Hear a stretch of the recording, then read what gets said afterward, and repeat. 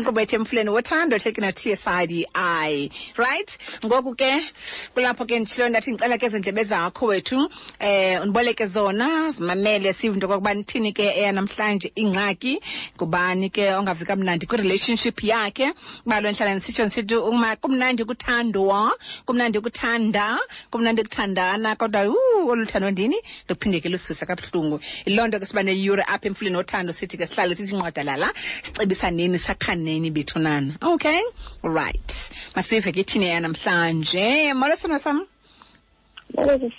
unjani wethu ntombi?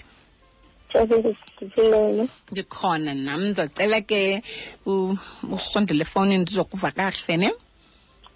Okay, uyavakala ke ngoku.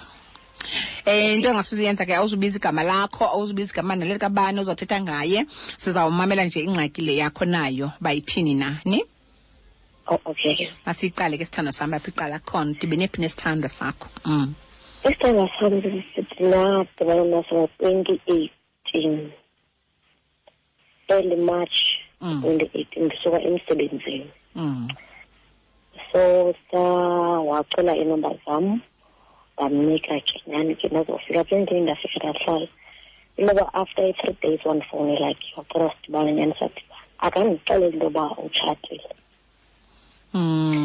Okay, saqhuba inoba after iveki nami ke ndinayi-boyfriend yam but ke ngoku kule relationship kune-boyfriend yam ndikhalazela ixesha kuyo i-boyfriend yam ayinaxesha akunika ixesha lakho. Yes. So ndithi ke ngoku ndinayo i-boyfriend yam endinayo, so ke ngoku ndicela uze uyi-understand ukuba nam ndinayi-boyfriend endayo. Atsho ke ngoku azondixela into yoba hayi nam ndikho into endihlala nayo endlini, infact nditshatile. Ndithi hayibo sesingena kwiveki yesithathu kukhona undixelela loo nto leyo. Athi na bendisoyika ukuluza. Ndithi nakho okay. So uxelela nini le nto like? Undixelela so 3 weeks sibonana. Okay. Oh, nyani ke sisithi ndithi kuye but ke ngoku ixesha lonke into endifihlelayo engenye. Athi naye nakho ndikufihlelayo but nditshatile kodwa umtshato wam awumhlanga. Ndithi nakho okay. But mna ndizokuhlukana ne-boyfriend yam kuba kaloku wena utshatile, and then ke ngoku mna ndiyaqala ke ngoku uthangana nomntu otshatileyo, so ndiyoyika le nto ndimfaka kuyo. Athi hayi umfazi ndimbhaqe enjolela, so that's why nandisenza le nto. Ndithi mna ke okay. Nawe umkholelwa? Sisithi okay. Nyani sisithi inoba after inyanga ke ngoku bane-family meeting ke ngoku abanyani yenzekile le nto yomfazi obhaqe ejolo. Akho i-family meeting ekuba umfazi ke ngoku makapakishe ahambe because yena akazokwazi uhlala nomuntu okwaziyo umjolela, and lo nto amjolele naye ngumuntu amaziyo. Zonke nje ubahlala ngulo bhuti uncokola ngomfazi wakhe kuwo? Wow. Ndithi manje ndiyoyika le nto because izawuhambe kuthiwe ndim ukhuphe usisi. Asazani mososisi, asaqayidibana ubhuti uhlala kwenye indawo namhlala kwenye indawo. Okay, mhlawumbi xa usithi kwenye indawo ungandichazela mhlawumbi enye iprovince kanye kwenye idolophu okanye ndihlala apha elokishini qha uhlala kwenye indawo elokishi one. Oh, okay, xa kwenye indawo wena kwenye indawo. Ukudapha kum. Yes. Nyani ke wenzeke lo mfazi ke ahambe ke ngoku akhutshe ngosista bakhe bahambe ke nyani agxothwe ke athi ke lo mfazi thina ke andizokwazi ke ngoku kuba usando ukwenzeka le nto ndikhawuleze ndibe ngathi kudala ndilindile nto ndibe sengena ehlangweni zikasisi.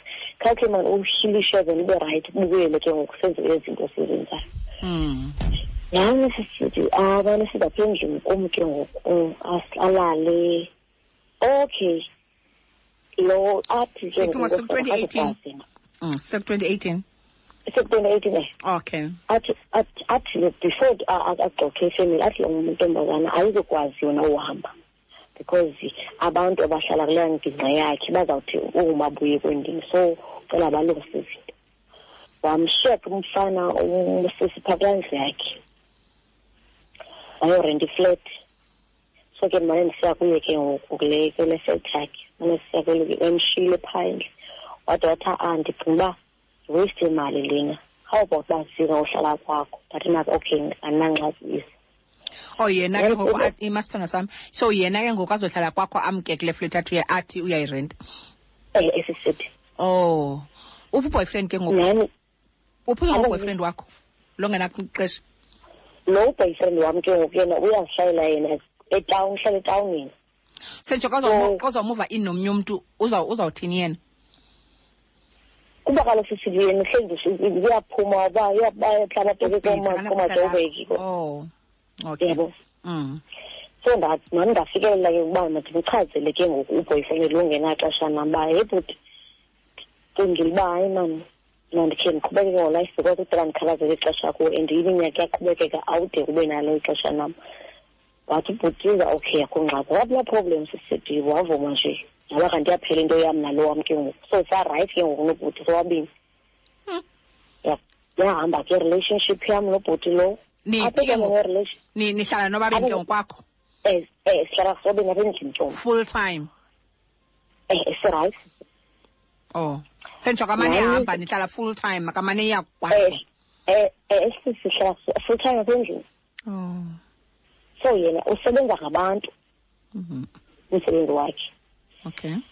So ndithi ke ngoku ngale mini ke ngoku ndiyaphangela mos ndifukamisa endlini ashiye ifowuni yakhe ahamba aphangela ashiye ifowuni yakhe apha endlini.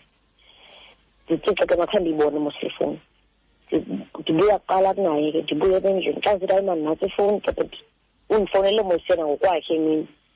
Xa ndifika apha endlini ayibona ifowuni yakhe. Ifowuni yakhe ayinaphasiwedi yo sesithi nto keze ndabe ndixela ngayo ifowuni yakhe lapha endlini ine-missed calls zee-numbers ezinintsi athi na hayi ngubani loo nto ndayivazela because zii-numbers ezi and ayiyo number one zii-different esinaba plus nenumber yam yasemsebenzini so kuthiwa uzayazi ngubani loo. Ayesithi hayi ngubani ndithi hayi sicacisa yabo ndiqemba okay andifuni uzistresa sesithi ndibe ndikowathrow ifowuni yakhe ndiyicimele ifowuni. Ubone nje i-missed calls ezi kuphela wangangeni ko-WhatsApp? Edat ifowuni yakhe nayibeka. Yena abuye late and abuye early ke ngale mini abe sesithi hayi mani ndicela le veki izayo masihambise endlini semkile ke segqithiwe ke ngokusisi. Nami ndifike ndithi okay akho ngxaki. Xa ndifika ke phaa ndiyaqala kukuya xa ndifika sesithi ingathi akuhlali mntu obetshatileyo yinziba sesithi irongo ndithi ndicela siqale siyilungise le ndlu because irongo.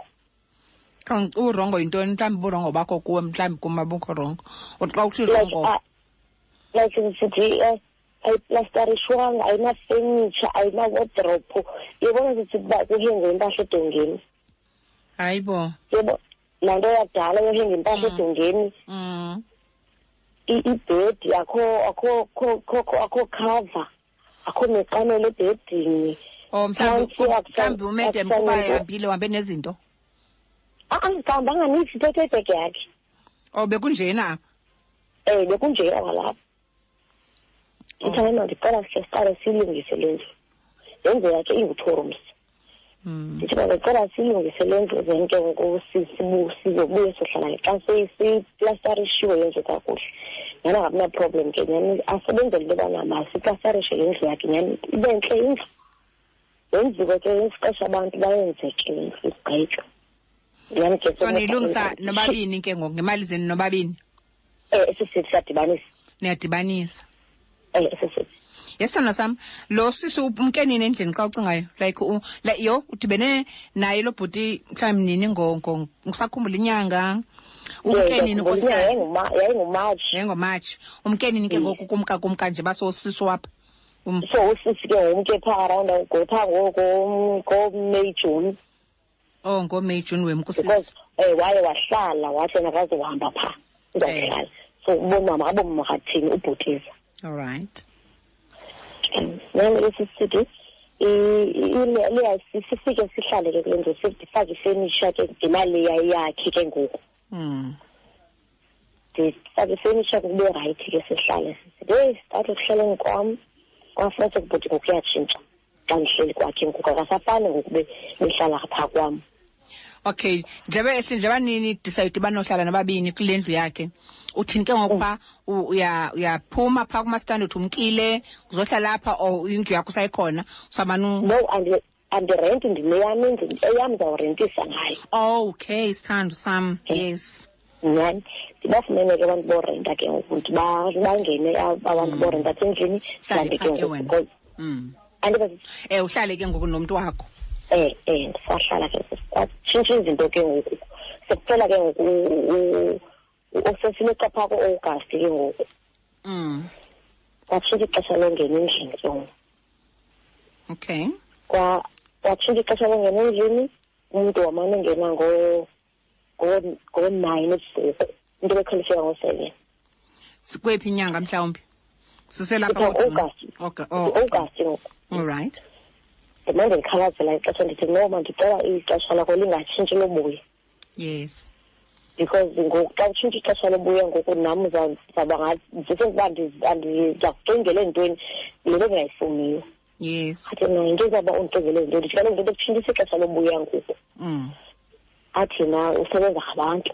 Ndithi nako okay. Yintoni lento usebenza ngabantu? Yintoni ukusebenza ngabantu? Usebenza eziteksini. Oh, okay, you drive taxi. Right. Oh, okay. Kufike okay nje kuhambe ixesha ngo-2019 ke ngoku. Yes. Athi yena asena masihambise kowabo. Ndithi mna ndoyika kona because kwaziwa unkosikazi athi hayi unkosikazi wam zange aye ekhaya lakhe kwenzelwa amasiko nto. Ndithi mna ke ndoyika ke because usenomzali oyi-one osaphilayo. So xa sithi yena kowabo uniyaphi phi? Uyokwenza umqombothi kowabo. No, andibuza uyokwenzani niyaphi? Eastern Cape? Liphi ikhaya? Eastern Cape. Oh, okay. Athi nyani ke abe sifika siside bhokisha amatikiti. Nanga amatikiti ke ngosiyahamba. Nyani ke sizibona imandi ndihamba siyamfika kwabo ke nyani ozigqibekele umqombothi wakhe. Kuthiwa ke xa uintroduce phaa kowabo ungubani? Andiba xa echaza phaa kowabo ekuintroduce uthi ungubani? Kaloku xa ufike udiye mna sekhazile uba uza nomntu. Kwalo ungubani? Ngubani umntu? Intombi yakhe akatsho ngoba ndinganomfazi wakhe intombi yakhe. So ke ngoku umzali wakhe lo uyi-one ushekile ngaba ndisebadala yena ndingibefana uba unoba undinxibisile. So ke uyondithini uyokwenzayo izinto ndixelela uyondityisa isiko into ezinjalo. Nyani xa sifika ke ngoku ndikona ukuthi ndiyoyika because ndiyaqala uyenza le nto and ke apha elifini nomntana ahlalisana. Ndikoma ndiyayoyika le nto le. Ndifike ke kwabo nyani ke ndibulise kubuvunyi ake sikutshatshatsha hayi uphi lo mntu ndimlindileyo because ndifike ndanxibe nje iloko uphi lo mntu ndimlindileyo athi ubhuti nako athi hayi kaloku awukwazi undiphathela umntu onxibe iloko kanti mna ndicinga fama uza nomntu ondizafika ndimbeke ibeke ecango senze umsebenzi wakho qha abe sesixolisa katata khandiyazi. Nyani sijike ke ngoMonday ke size apho le ndawo indawo hlelepho sihlala kuyo. Sike ke ngoku sihlale ke kwatshintsha wesi ke ngoku sesithi izinto bawesi ke ngoku tshintshe i-lockdown ngo-2019 ne qala kwe-lockdown 2020 2020 qala kwe-lockdown. Okay, masimeke sithando sam sawubuya siza pha ku-2020 cela nje apha evenkileni ne. Okay sithando, right masiyevenkileni.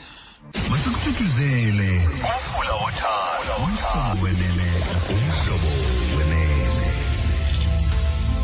Right, 22 imizuzu behlise mka 11 o'clock umhlobo wenene FM inkqubo esithi emphulweni wothando. Undibamba kanye ke wethu xa usandovula ke eyakho ke AFM ndincokola apha nosisi esandichazela ke ngemqukenzekayo ke kwi-relationship yakhe. Sithando sam? Yes. Zatshintsha izinto kanibuya ke ngoku e-Eastern Cape. Sabuya ke ngo-2020 sokuqala ke sokuqala ke kuvekela ndibaqala i-lockdown.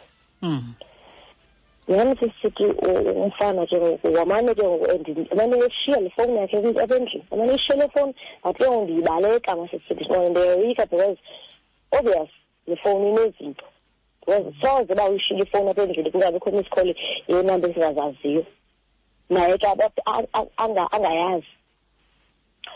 Then sisithi ke ngenye imini ke ndihlele endlini ndibuye elimosini na ndibuya around about 1 emsebenzini ndibuye endlini ndifike ndihlambe ndinxibe ijaka kabanda ndibukele i-TV ndimfowunele uba ndifuna umbuza uba inoba undawoni ngoku ndimfowunele sesithi njengoba ndibukele i-TV ke udlala i-advert ne xa ndimva uba nayibo le advert idlala apha e-TV nathi idlala kuyi apha efowunini ndibuza uba hayibo uphi athi ndiserenkini ndithe renkini ngo-10 kudlala i-TV athi ndithi awukwazi kaloku because yi-lockdown abantu baphi athi ndiserenkini ndithi but le advert idlala e-TV-ni yile idlala apha e-TV-ni besebeka ifowuni sithi xa ndiphinde ndibuyela kuyo i-voicemail phone yo kona okay mandilale ndilale sesithi olala kwam akabuyi alala kwasa ndafike sendaphangela ndaphangela sesithi andabuza nithi ndaphangela yo akabuye imini yonke ndabuye emsebenzini ndaphinga xa ndifike emsebenzini endlini ndafike ndahlala ndamfowunela ngathi unesibindi soba ukuthi ungakhange ubuye emini kube nzima nozohlamba ke athi yena hayi ndikuxelela kwenzeka intoni ndithi maka akho ngxaki ngoba sisithi ndiya ke ngoku ndisa kabuhlungu ke ngoku kanti ndikhulelwe ngelo lonke lo xesha. Oh Jesus Christ. Nandi ke ngoku sisithi andikazazi uba ndikhulelwe uhambe ixesha kwafanele sekale nto sisithi uba angamane ngabuyi iyaqhubeka. Okay, makasithetha ngale game yokuqala engabuyanga. Ubuyile wathini? Wabuya late kaloku. Obuya kakhe late wabuya wathulambile. Oh no, wathini? Masithethe le. Ngafika. Anifike wathini bayebephi masithetha ngale? Wabuya kaloku wathi hayi ulele kwa cousin yakhe. Imoto igaqele litayi kwale. Andiyaphosa sisithi. Wafowuna wathi gqitha i-airport. Ngathi mna okay. Bathiya bakalba sithi ndihamba ngosube semotweni. Ndihamba kule ndawo kuyo kuquiet kucocwaka. Sisithi waphinda inoba after 30 minutes wafowuna wathi ubanjiwe. Yo. Bangela ke ngosithi ubanjwe lo muntu ngo-9 uqhubele rongo iveni amapolisa. So lamapolisa ambamba. Ngathi mna ke okay nokhazini wami ophangela kule police station ubanjwe kuyo. I-case number yakho ithini so wathi ndicele ukhazini wami akujonge apha. Sisithi ayapopa i-case number. Yo. Uyaphosisa mos. Uyaphosisa sisithi. Xa ndingena abuthongo ke ngoku abusekho ke ngoku sisithi because ndileli ndedwa. Ndilanto ke ndithi xa ndingena kuWhatsApp online lo muntu. Kaloku akwazi ungena nefowuni eyamkeni ubanjiwe. Hello? Ndikhona sana sam? Oh okay. Nathi sithi ngexesha lakhe lovuka endlini ngo-4 wa-online umuntu. Ngathi make ifani uba ubanjwe ikhoti yakho amapolisa yakho sekuvulele ngo-4 ngexesha lakho lophangela esenobanjwe ngamapolisa akuthandayo aceba okanye ngodathi lelo polisa likubambileyo likuthandile libaseke likhulule ngo-4 so ngeke le police station ivulileyo ngo-4 ikwazi ukukhulula umuntu ophangela ngo-4 ahambe ngathi sesishothi sakhe uyathuka kubhuti bese ndithuke efowunini nditshonga so ndithini ziqala mandikhathishe ifowuni yam ndikhathishe ifowuni yam ndibuye abuye ke ngolate yena xa enoshila kafuni kugcwalisa isika ndikumbile nangaqumbisi sithi makame izinto bazibe normal kuthe ixolo okay makuphinde kuhleke kube into emnandi qhubekeke ngolife laa nto beyenzile ndimbhaqele ndiyo okanye ungalala endlini funeka ndilibale immediately yani sisithi ndaqhubeka into umntu waqhubeka wahambe elala sisithi okay ke ndamxela ke uba ndikhulelwe uyaqala uba nomntana yena mna wam ngowesibini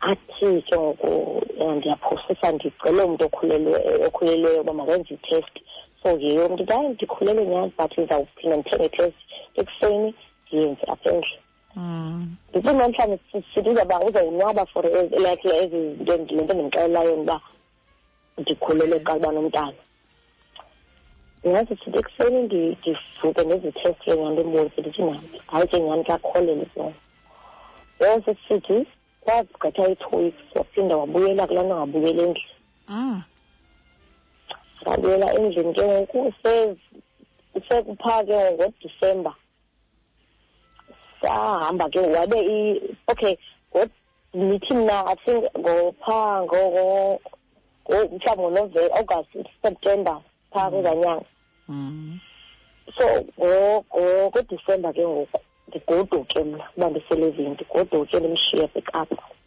Okay, pregnant ke ngoku ndidoyika ngokuchazela abazali ukuba ndikhulelwe ndinomama ndandikule province yam ke qala wandibona kumama nje ebesembuza ke ndimxelile athi ngumfana ophetha usekhona elayisini nanti silimphile ndibuye ke ndiyahlala lapho 4 weeks yam hlale nje i-2 weeks wenze ke ndibuye ngizabe eKapa kanti sibuye ke ngexesha lerongo ndibukayile ndibuya ngayo ndicela iflight yam izawufika e-airport 1:45 cela ke ngithathe athi okay sithi ndiyabetha 1:45 ndahlala phike so e-airport ake izinto ndacela usista wam baba kandirequestele umuntu akazizolilanda change xa ndifike endlini kukho i-underwears kukho i-make-up kiti zabantu iibhegi kugcwele cela lapho becala kunayo ibihlale into yansisile ndingadistroy into yam ndithatha into ndimntana abantu ndizibeke safe nyani ke sisile ngale mini ndifika ngayo ke phaa kuDisemba ke umandi kumandi and ke ngoku mna ndikwazi ke nokonwaba because ndikhulelwe sisithi andishiyapha endlini ahambe ayendawo zolonwabo ndimfowunele ndikuncame sisithi masithethe kaloku ngale mini ubuya ngayo e-airport wabuya wafika apha kwibhegi nee-underwears kubonakala uba kwintombi wabuya yena wathini wabuya kaloku wathi ii-underwears ezi bekungahlali yena bekuhlala u-cousin brother wakhe ne-girlfriend yakhe wayengakulandanga e-airport but uyayazi into yobana ndiyizi so kuthe ngakhange ubaxela into yobana abathatha into zakho ugirlfriend ahambe wathi hayi uzazozithatha late ugirlfriend wayengakulandanga e-airport e-airport kaloku uthi ngela xesha ndimfowule ngalo e-airport ebeyena ebeyolayisha abantu so khange abe natshansi ukwazi uya angathumeli kaloku iWhatsApp nje abhalele imessage atsho uba kwenzekani uthi kutheni hayi zangayenzi ke leyo awumbuzi uba kutheni angabhalele angakuthumelanga imessage sithi ndiyabethwa ndiyalibela ixela kuleyo ndiyabethwa wayenza ngathi ilizwi lam lenyuka iqhaqe sisithi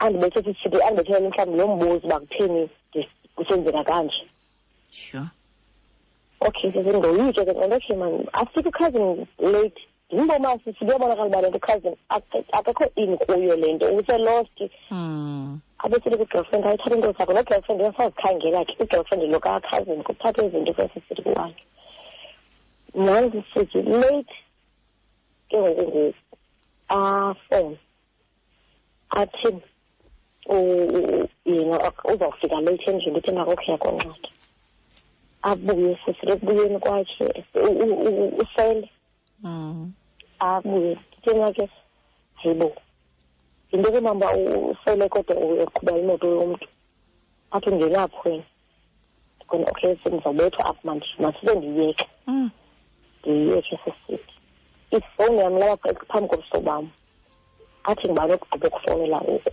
because ngoku ukufowunelayo iyavakala uba ukhona lo muntu ufowunayo ndithi hayi khandifowunele yona ifowuni yam ibesithi ndingakhandifowunele ngumntu manyana wayibamba i-iPhone yam wayibethekisa phantsi sisithi yaphela ucwaka ndaphula sisithi angathetha because of ndikhulelwe ndendoyika ke ngobe ndinikelana naye andibazamlete so akakubethi ke ngoku wena ubethe uphule ifowuni le uphule ifowuni kaloku ugqiba kwakhe wamafitla wentloko yam ndiyoyika because ndisebhedini sithi ndimyeke ndiyenkoma ndinesista wakhe endibhana naye ke endithanda umshorela into zakhe nyani ke ndimfowunele sisake emsebenzini ndimxelele bese kuba le nto sista wakhe ayenzi mehluko xa ndisithi ubrother wakhe akalala endlini le nto kuye ingathi yinto ebefanele uba uyayenza ubrother wakhe bo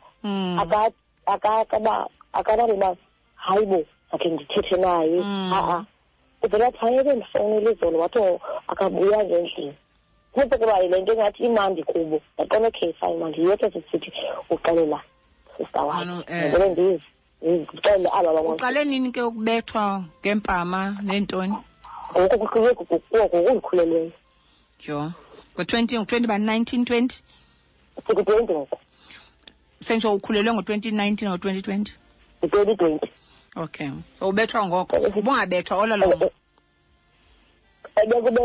bekubetha sisithi wethu kodwa beseqhwaba nje ndimene ngokuba ndiza kubambisa abethi ukuthi amapolisa wakho ndoyisho amapolisa abe endiyamke ndishawutisa sisithi kona imasisano sam kutheni nangoku lena ndaba yoba ubo xa ndibuza bekubetha na before be-pregnant uthi ebendibetha wethu ndiqhwabaqhwaba like what is that na guys like qala apho le nto uba rongo kutheni ngoso uzawuyamkela le nto yoba uzawube uqhwatyaqhwatya nje akho nto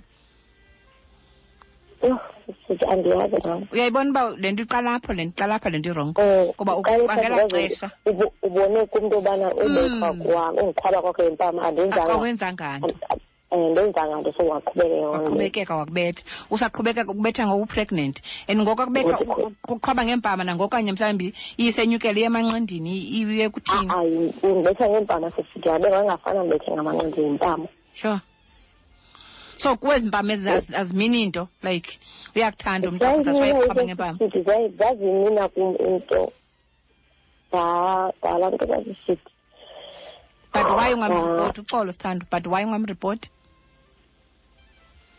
asisileyo mhlawumbe ndandisithi mna ndiyamthanda okanye ndandisithi uyandithanda seqhwaba ngempama nesithando sam like kuwe ukuqhwatywa ngempama yi-confirmation ye-love ne hayi sisithi ndiyazi nomndako kuphinde ndihlale senditsholo uye watsho uba kuwe ukubethwa ngempama bucinga mhlawumbi uyakuthanda that's why I'm saying ukuqhwaba ngempama yayiconfirma manyani into yobana hayi lo bhuti uyandithanda nako endiqhwaba ngempama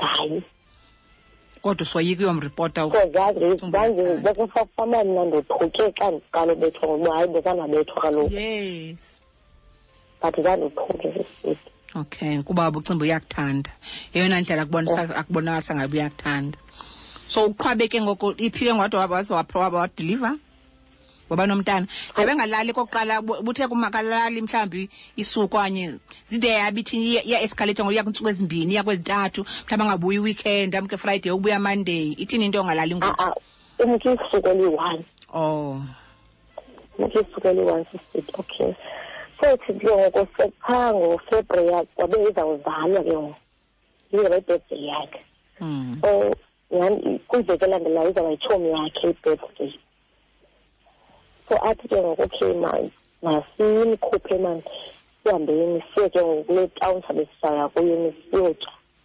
ndathemake like niphi nise-Western Cape so nizaya kwephi idolophu yephi le town nizawuya kuyo no sizawukubheka Cape Town no be town okay etown nyani ke adima okay nyani ke sikhwele emotweni yakhe le yakhe iteksi nyani ke utshomi yena yakhe iteksi ayibhake ke ngoku sihambeni ke xa sifike etown ke kuba yi-cafe time sifike kuvale iindawo ezininzi nyani ke bazithengele into zosela basele ke kube mandi ke sihambeni sele sifota uphuma koomasomasethi ke sihamba nje yafota kuyinto emandi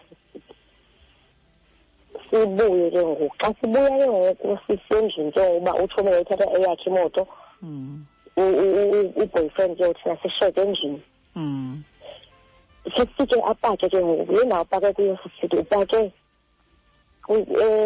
ecangu kwendlu yabantu okay and ke ufake ubright ifestireni betha ama-hazard ndithe mna ke ndicela ke ngoku usitshe iyantika ubethe udim at least because sekusekuseni ngoku around about 12 for uba ungava ufuntu abantu elele ngobright because bakho sendlini yakho lo mntu khacinga mntu phangaphakathi kuduma imoto kubright kubetha ama-hazard obviously nawe uba ibinguwe mhlawumbi uzawuba nomsindo athi le ndawo phake kuyo ke ngoku kungakulo ex yakhe.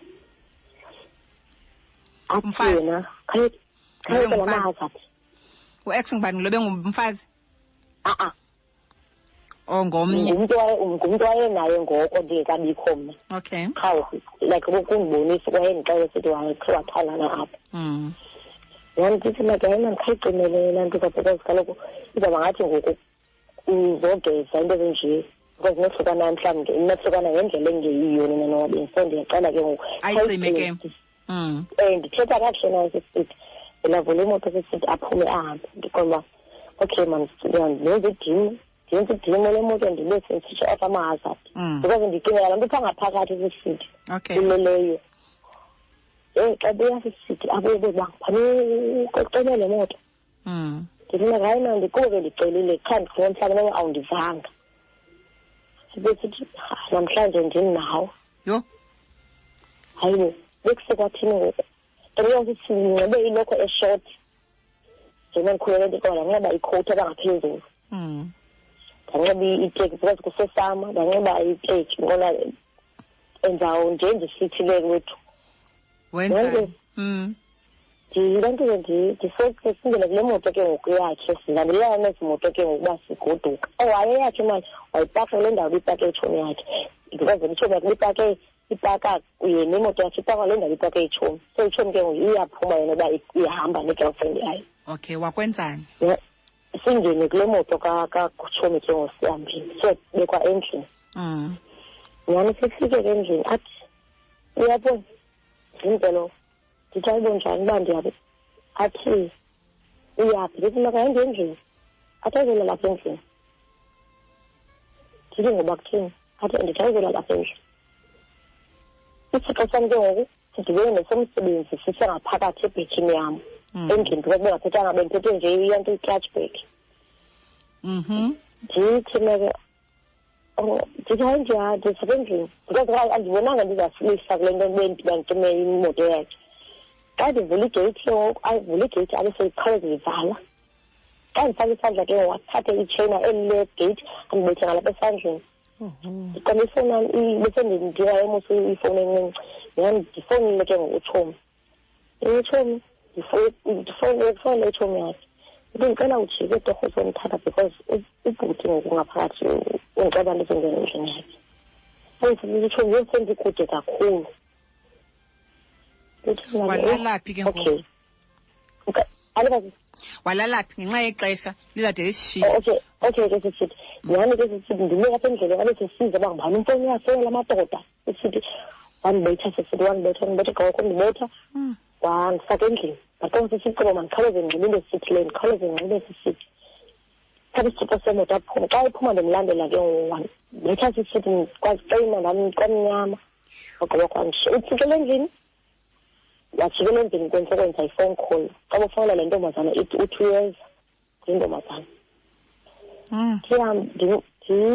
sendizifika ke sibhidike ukuba ndidumbile ndiyavakala uba ndidumbile ezisithi icebo mandibaleke apha because izandibetha lo mfana ndinanzisithi ndibaleke xa ndibaleka uba ke ngoku ndizawuya kubrother wakhe uhlala kakufutshane kanti uya emotweni phaa kwabrother wakhe sidibane ke ngoku le ndlela ke ngoku uya ngakwakho abuthi buya kaxosha mandilandela yena uyathi aphinde sisithi andibetha yese ndikhala ke ngoku uphuma ubrother wakhe ndichaza uba uyandibetha uyahamba besingena emotweni sisithi ebuka kasisithi acela ke ubrother wakhe ayokuphekeza endlu because anandawo lala ndavuke ekuseni sisithi naphangela ndidumbe ndinjalo awaye emapoliseni yamela sithi bacela isisawuma ndabheka epolice station xa ndifika epolice station kwathiwa ngendize ngezona hayibo bengenatransport yokuza apha eyantweni epolice station and ke ngoku i-walking distance usuka le ndawo ndihlala kuyo uyotsho epolice station kwathiwa ikhisi mhlawumbi ndizeyizona so abazoyithatha ikhisi yakho ubethiwe hayibo yaqomba akujikisa amapolisa athi phinda back ngenxa babefambuza ngezolo yayingumuntu ongusisi lo ndisamaze nawo usisithi wathi ndayibosasithi ndidumbile ngoku abusisamkelo ongalekelayo ngumntu ongqwabalayo besishawutisa njani umntu nithi nimbona ubudumbile ndimceba ngeze ngokubebethwa sinekhesi zifuna zibalulekileyo ndithi but ndibethiwe kwaxesha ikheyisi yam sisithi akayihoyile sithi nyani ke sihambe ndifike ke abesike ngosevile ke ngoba ndizombambisa xa ndiphuma ke ngibe imoto yakhe apha ke-police station endicenga ndibe sithi namhlanje mna ndicela ukushiya ndiyokujithubuyele kwam. Athi yena hayi ndicela uxolo. Ndithi makokhe hayi ndikuxolele but namhlanje ndicela ukuhamba because andizokwazi ukuphila lo life obethwa nguwe and amapolisa ibona njengoba ndiyancedakala amapolisa icacile zaba ligubu lakho. Athi na okay xa sifika ke ngapha kuye ke ndithi nake ndizawuqesha nje imoto izandithathela nje ibhegi yam only ngaphuma nebhegi yam kwakho. Athi noba wenzeni nje kusho kweli bucela bungekho serious. Athi noba wenzeni naxesha la bengacela imanyana lo xolo ndanomsindo ndaqesha imoto ndafaka impahla zam ndimka ohlala phenze kufanele ke isigqibo endisaphelese sithi andifuna uphosisa for mna ndandikho ready for a phone. Ewe ndafika apha endlini nditafuneka kwangoku ndim lo stress kayo umfana life wakho uyahamba akala xesha lam. Awukabeleki ngeli xesha? Angikabeleki sisithi. Ndofika ke apha endlini ndafika ndahlala wenza idrama sisithi endithuka seziphinde uhambe uyophela apha emsebenzini zakuyela emsebenzini ade bona ke uba uzawuyela emsebenzini yoba kanti ufuna nje amapolisa wasetawuni akubambe because elamkeni amapoliseni wasetawuni awazofana nawalapha kule ndawo sihlala kuyo aza kubamba futhi aza kubamba ugwetshwe akase uyowoyika la wasekapa hayi awayeka ke ngoku undiprethisha wazandile emsebenzini. Yansi sisithi wabuya ke wazocela uxolo abira sekasa right sizabeleka ke ngoku. Oh Lord.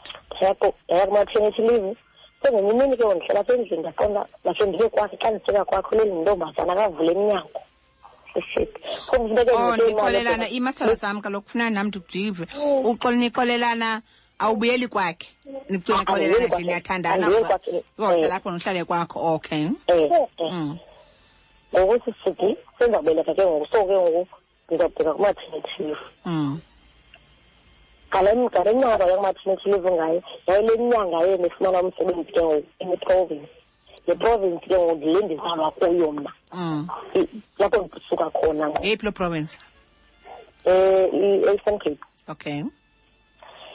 So wafika e-Eastern Cape sesithi ubhuti eba athandane nomntana o-age of 13 years. Age of? Eba kathanda 13. 13.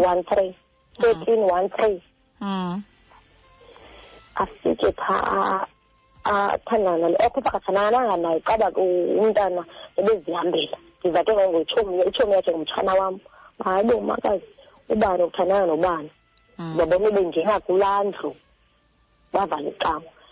So ndibuza ibhuti hayi bebhuti umntana ona-13 years so which is abatshana bam abakho safe kuwe because bakwi-same age nalo mntana.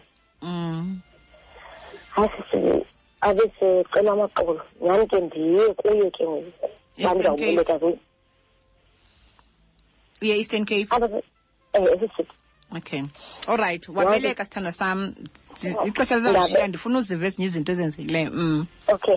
Wabeleka sisithi ekubelekeni kwam umntana oyiboy nyani ke kwamnandi kungalaa xeshana sisithi ndabuya naza apha eCape Town. Wabesithi naye walandela nyani sithi kulapho ke ngoku usizo uba kwesizo into khona ngoku wafika phambi komntana ke ngoku ndandibesa phambi komntana ndathi endibesa sisithi endiphuyela kwanto ekho apha endlini ndabethe ndicela ke ngoku because ukufikele kwam ngoku ndicela ukuhambe kwam ndamgqotha akahamba. Kule veki yokugqibela ke ngoku sisithi ndifike ehleleni nosista wam besela athi sithi ulambile ndithi hayibo ndibuye emsebenzini sikothatha umntana kunini ndicela uba ulambile funeka ndithini ndipheke ngoku. Sisithi what? Hello Sithando. Hello. Ubeleke umntana thovayo ndibetheke wedrophini. Ndathi kuye ndiyacela lo life ndandiphila kwaphuma emtshatweni wandihlukumeza. Ndicela ungaphinde ngoku and ngoku ndicela uhambe kwam manyani, ndicela uhambe watakakuhamba. Usister wakho wakutshovayo ubeleka umntana uyobetheka nomntana? Usister wam kaloku ukwakhe ngapha kwam ke ngoku ubuyile mose-Eastern Cape, wabuyela apha endlini, wayiyeka indlu yakhe yavala. Awuthi kaloku behleli nosista wakho na ufikanga behleli nosista wakho befela? Behleli nosista wam phaa kwasista wam. Oh, okay. Besesithi ndithethela ukutya then uyahamba kwam. Nakankomo sisithi nam umakahambe. Bese okay wapakisha impahla zakhe akahamba ngalaa mini. Ngengomso wafela, akaphangeli mos wafela. Useyekile uphangela apho because ubuyile e-Eastern Cape ngenxa bengafuni uhlala e-Eastern Cape sithi apha eCape Town ndiyathandana. Wabuya wafela wathi ndiyahamba late. Ngathi makungxaki ayahamba. Wemkase sithi apha evekini okay wandifowunela wathi ucela ndimnike umntana. Ngathi andizokwazi because umntana wam usemncinci for uba abona into azenzayo endlini. Umthile mos endlini yakhe. Besithi enza umntana kasezaphinde enze umntana yena because mna ndithathe isigqibo soba mandingamniki umntana. Ndithi no, andithathanga isigqibo soba ndingamniki umntana but umntana wam ufuna umuntu unangaphi umntana kwamfunayo? Andikazi. Benangakanani umntana kwamfunayo? Umfuna kaloku apha last week. Ungakanani? Umntana una 1 year. Okay. Umntana mna 1 year 6 months ngoku. Athi sisithi akazukwazi yena ukondla umntana angamaziyo uba mna ndihlala nabani endlini. Ndihlala ndibendlini because endlini akazufika wona ngo-10. So ufuna uthini sithando sam? Ufuna umntana ayohlala naye full time okanye ufuna umntana amane embona? Ufuna umntana ohlala naye full time. Njani kaloku akahlala eyi-1? Andezisithi akahlala eyi-1 kwakhe? uhlala eyi-1. Okay. Ukuba ngubani ke ngoku umntu ozawujonga umntanam because kaloku ubhizi wena. Kwenzeka ntoni ngoku as we speak? Because xesha uhlala kwakhe ndihlala kwam. Sifowunelani ebusuku, akandifowuneli nama ndimfowuneli akho ndidibanisa naye phofu mna because ndithe kuye umka kwakhe apha endlini athi akuhlini ngoku sigqibile thina siwabini ngumntana. Kwacakisa ke ngosisithi inoba iphelile ke so ndicela ke ngosisithi njengoba ndisiza kuwe ingaba mhlawumbi zawuthina sisithi andicela ucetyiswa uba ndingenza njani. Andifuni umfaka i-protection order angamboni umntana wakhe. Andifuni aphinde azasendlini ebusuku because uza endlini apha ebusuku engakhange andixele but uthi yena xa ndisiya kwakhe noma ndimfowele but xa esiza kwam yena akafowuni. Nisajola? Andithandani naye sisithi. Kaloku uthi xa uya kwakhe wena xa iza kwakho wena xa uya kwakhe. Uthi kaloku uthi yena xa mna ndizawuya kwakhe like uba ndicinge uya kwakhe mna ndimfowunele. Mna andikayi ever since umkaya apha endlini andikayi kwakhe. Umke nini endlini? Inoba ngokunenyanga sisithi. Okay. Are you sure sithando sam umthanda ubhuti? Asisithi andifuna uphosisa ndigqibile ngaye because sisithi ndisindile isifo enamantombazana sisithi amaninzi. And enamantombazana angasebenzisi ikhondom kube ndikhulele engasebenzisi ikhondom nabo abandixelelayo hayi ndicela ngale relationship yakho etoxic ubhetera kubuyela apha endlini akhange ndisebenzise ikhondom naye and ndithe ndivule igeyiti for indawo yopaka.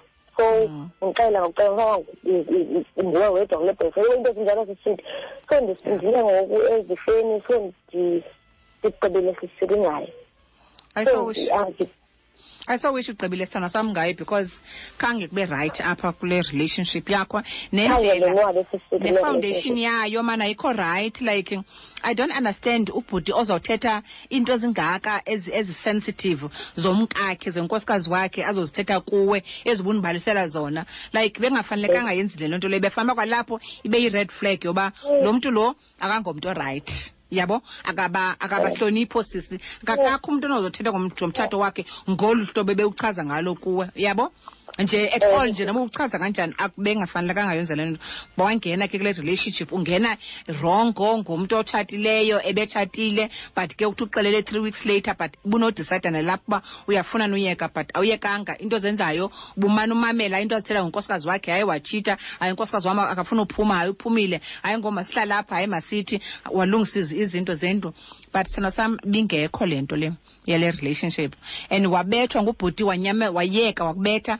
ekubetha ngempama once umuntu akubethe ngempama sithando sami kufuneka nje ubaleke uyazi ba ngenye imini angakulimaza akubulale yebo thank God usindile and ngoku waphinda wathandana naye lo bhuti wangazinakekeli wena impilo yakho wanikezela impilo yakho kuye ngokuthi ningazi protection uyabo wathi sombona ubhuti nobuya kujolela sithando sami waqhubeka wena wathandana nobhuti wathi wabuya ba pregnant ube pregnant imeko yenu yokuthandana seyiwes but wena you kept on waba pregnant wakubetha ubhuti upregnant akabi naxesha lakho angalalezi endlini iphofezo zenze ungabi pregnant ngoku kunjani ngoku so khawufunde manisithanda sami ukuzithanda ufunde into obuzihloniphe ufunde into bana into oyithandayo xa uthi uyathandana uyabo ulindele ntoni emntwini othi uyakuthanda and appreciate yourself and know your worth and uyeke izinto because izinto ziza ukuthoba isidima umuntu ovela kubethe nje phambi kwabantu you know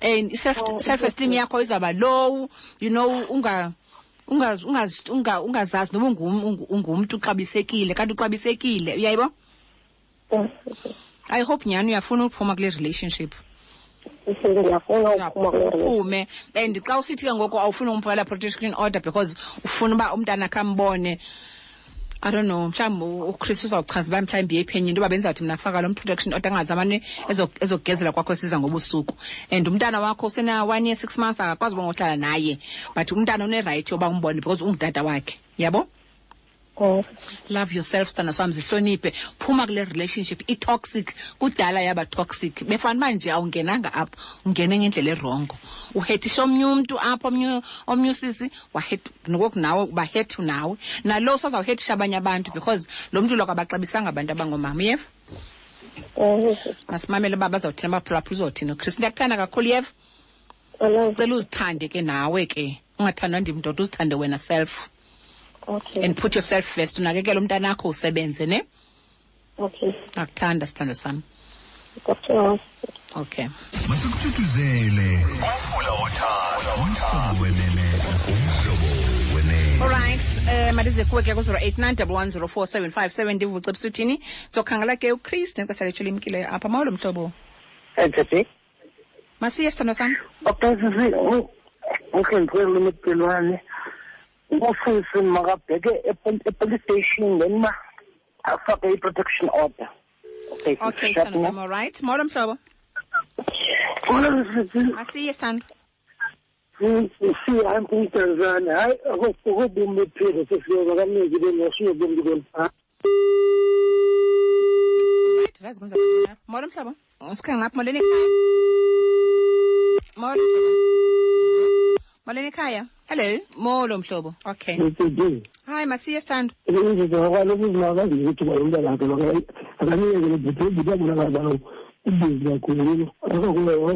Yandumzela andiyazi neminxiba yami yenza ntoni apha kodwa ke masikhangele Chris. Uyandiva? Yakuva sithando sami. Molo ndibulise kuwe ndibulisa Sisi, I think use le platform namhlanje as i-first step ye-counseling. Because ukuthetha uxelela omunye umuntu what you are going through, it makes you realize uyayiphila lento le oyi-experienceayo, and it makes you realize inyani yalento oyiphilayo.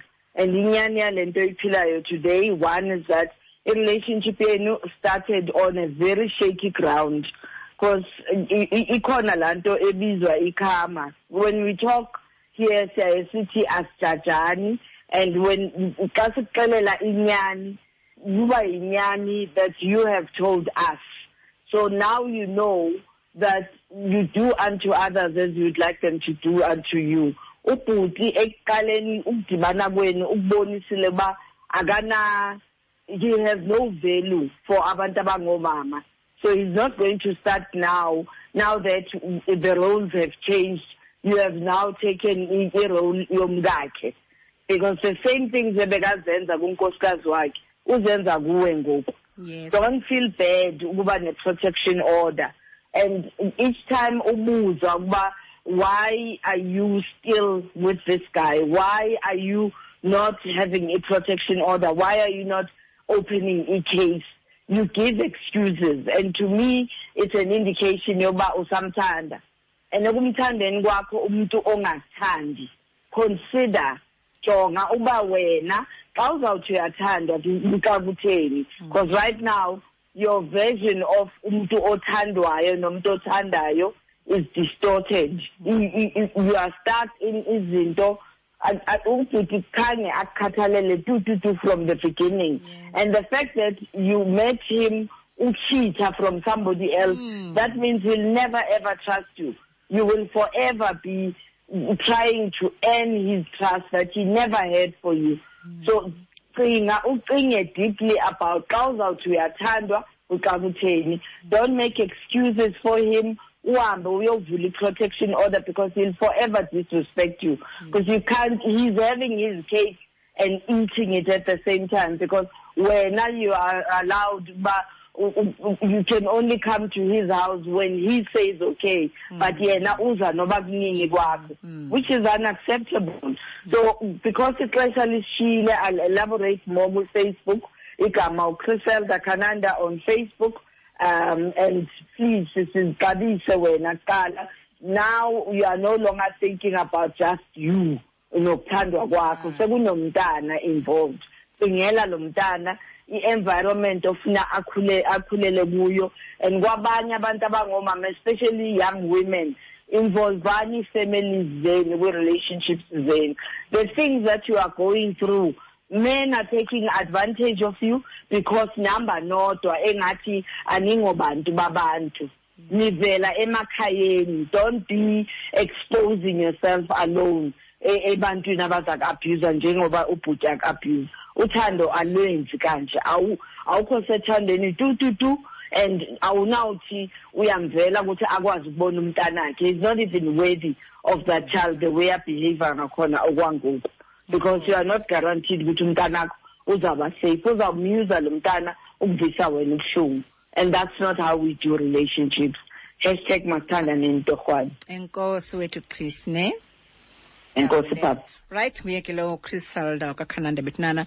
Sesiwami uvile wethu uzithande kakhulu, uthande nomntanakho, khulibale ngenye into. Focus on yourself, love yourself. Nkosike betnana ohlala namsizwe lapha ngensimbi yethoba ozothi gangoku. Ndiyabulela kakhulu za nendlebe yakho qala nithi mncwane, yesibini nithi mncwane zolipsi zakho zintofa. Ndikuphuze nithi mncwa uhlala usithi njalo. Yazi uyathandwa kakhulu. Ngu TSIDI Thilo kwa Montero.